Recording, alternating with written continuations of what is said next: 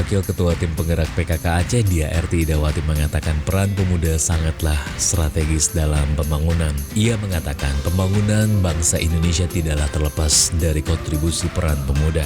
Para pahlawan bangsa seperti Soekarno, Bung Hatta, Syahrir, dan lainnya memulai gerakan mereka sejak remaja, kata dia, saat memberikan sambutan pada pelantikan Ikatan Pemuda Pelajar Aceh Timur atau IPAT di Aula Kejaksaan Tinggi Aceh, Senin 6 Januari 2020. Dia mengatakan para pengurus IPAT merupakan kaum intelektual muda.